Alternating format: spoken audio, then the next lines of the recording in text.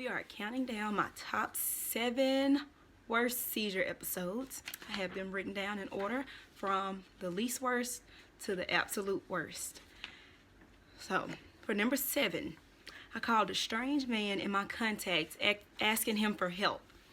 So, one time I backed into this guy at the insurance company, and I offered to pay him cash instead of calling the police because I was still trying to get my insurance and everything situated with my car, and then I was driving somebody else's car, and of course I wasn't on their insurance. So that's how I ended up coming in contact with this man, and he started flirting with me or whatever and asked me for my number. So we exchanged numbers, but never called. We never called each other. And I saved his number as accident in my phone, so he was the first contact. And I can't remember exactly where I was when I had this seizure, but I remember I went through my call log and I seen that I had called the accident, and it started coming back to me. I remembered the conversation because I called him and I was saying I had a seizure. Can you come help me? And he was like, "Who is this?" And I said, "This is Naisha." And he said, "I don't know you." And I said, "You do know me. I need your help. Come help me."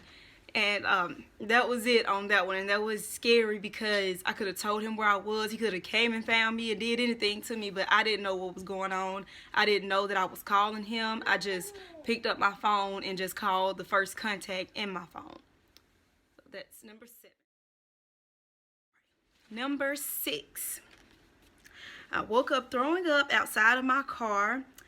I was at work on this day, and I went to my car because I felt like I was going to have a seizure. I was having the jerks and twitches. And I asked them, could I go and sit in my car for a second? So I went outside and got in my car, and I turned the heat on, and I kind of laid back and tried to relax. But when I woke up, I was outside of a restaurant that was like down the street from my job, and I was throwing up. So I had got in my car, had a seizure in my car, and drove off without knowing that I was driving off, or without knowing that I was driving.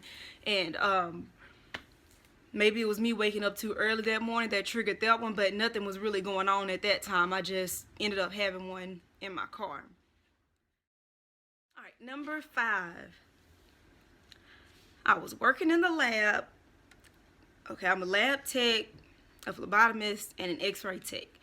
And of course, we get the samples, and we have to transfer them, and it's hard to explain. We have to like spin them down and transfer them from one tube to another. So I'm exposed to blood, and I was getting the samples together, and once I finished, as soon as I put the top on the sample that I had done, I had just got them secured.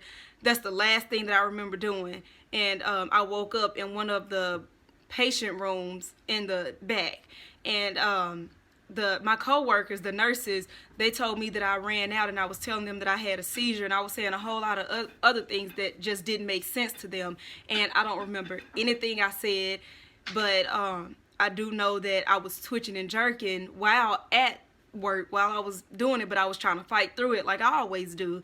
And but I just didn't win that fight.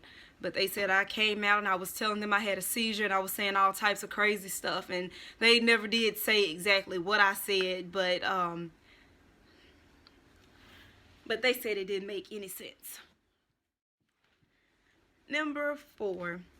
I drove about 10 miles without knowing I was driving. So I remember this story. I remember what happened with this. It was the day after, or the day before, my uncle's funeral, and it was a close family member of mine, so of course it affected me in a major way. And I wasn't sleep deprived or anything. It was just the fact that I was under stress. And then it was my cousin's dad, and we were all close, so I was hurting for them and I was hurting for myself. So I was under a boatload of stress this particular day, and I was out trying to hurry up and find something to wear to the funeral, which was the next day. And I remember walking around the store, and I started twitching, and I was trying to look through clothes and stuff, and I started twitching. And I just said, okay, I need to get out of here. So I went outside and I got in my car, turned the car on, turned the heat on. I called my sister and I said, I feel like I'm about to have a seizure and I'm at Stage, the store that I was at. And she just told me, stay right there. I'm on my way. So I had the seizure like as soon as we hung up the phone, and I just woke up at an apartment complex, which was about 10 miles from the store that I was at. Well, yeah, it was probably about 10 miles. I'm not sure. I'm not positive exactly how far it was, but I drove down a busy interstate and, well, a busy highway, and there were cars everywhere. I remember waking up at a red light. So I had stopped at a red light. I remember waking up seeing the red light, but I do not remember the drive at all. And when I made it to the apartment complex, before I made it to the apartment complex, I had to yield off to go turn down another road. And when I did that, I ran up on a curb and I busted my tire and dented my rim. And I drove on down a little bit more with my tire like that, and I turned and parked in an apartment complex. And when I pulled up, I was like, I just laid back, and I remember this part. A man came up to my car and he asked me if I was okay, and I said, yeah, I just had a seizure. My sister is on her way to come get me. I didn't even know that I had left. I thought I was still at the store. But he told me that he was going to stay right there until somebody came. He said he would stay there and look after me until somebody came. That was another scary situation because, I mean, this a strange man. I don't know this person. And even today, I don't remember what happened after that. I don't remember exactly what happened. But I do remember all of those parts. Okay, number 3. I was found outside by the neighbors of my dad's in the middle of the night. Okay, now I remember this day too. I was dating this guy, my son's dad, and we had an argument, and I was crying and everything. I'm sensitive. I started crying and everything, so I went out to get in my car to listen to music because that was always my thing. I like to sit in the car and listen to music. But the last thing I remember doing that night was putting the key in the door to unlock it. This was my old car. I put the key in the door to unlock it. And when they found me, my dad said that somebody next door came, knocked on his door, and told him that I was laying outside on the ground. And when they and he told me that when they came out and found me, the key was still in the door, so I never did get in the car. I just passed out right there. And when I woke up, I was in the back of the ambulance, and my dad was there too, and he was crying and everything because my dad is sensitive when it comes to me. But he was crying, and he just kept telling me that he wouldn't know what to do if something was to happen to me and all that. But that was it on that part. It was scary for the fact that I was laying out there on the ground, and there was no telling how long I had been out there. And of course, my dad was in the house asleep. So, and then me being grown, I can leave whenever I want to, so he's not paying attention to me coming in and out the door. But I know that scared him, the fact that I was laying out there, because that's something no parent wants to hear. Like, your daughter is laying outside on the ground. We don't know, we don't know if she's alive or if something happened, if somebody did something to her, so that's scary itself. I was picked up off the ground by 2 strange men in my front yard. Now, I also remember this day. I started feeling the twitches and jerks when I woke up one morning. I think I was still laying in the bed when it happened. And so I was running around looking for my medicine. And I remembered that I had left it in my car. So I went out to my car to get the medicine. And I never did make it in the car. And this man who lived across the street from me, and I had issues with him a lot. Like, he was always picking for whatever reason, but I am thankful that he did help me, that they were there to help me and didn't try anything. But that was super scary because I lived by myself. I didn't have a baby at the time, but I lived by myself, and and 2 men picking me up off the ground, and my door was open, of course. They could have done anything to me, so that was so scary. And the fact that we had issues, they could have done anything to me. And come to find out, I was 4 to 6 weeks pregnant at that time. And the crazy thing is, that was the only time I had a seizure. That was the only time I had a seizure during my pregnancy, and right after I had him. I didn't have a seizure after I had my baby he was maybe 3 or 4 months before I had another seizure. So I went like a whole year without having a seizure because I was pregnant. And that's weird to me. Experience, my number one scariest experience. I was living with my dad at this time, and of course I was grown. I was probably 22 or 23 at this time.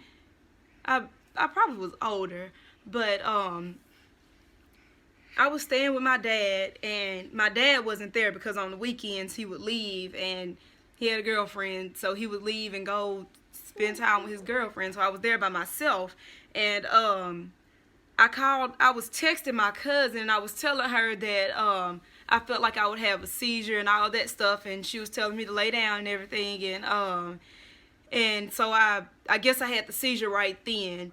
And when I woke up, there was just blood everywhere, and I was still out of it. Like, this was the second phase of my memory loss. So I was alert at this time, but I was still kind of woozy and still kind of confused. So when I got up, I called my cousin, or I texted her, and I just, like, it was nothing to me because I guess I didn't realize how bad I had hurt myself. I had fell. The floor was concrete, so when I fell, I landed face first on the concrete, and that was the second time that happened. But the first time, it wasn't too bad.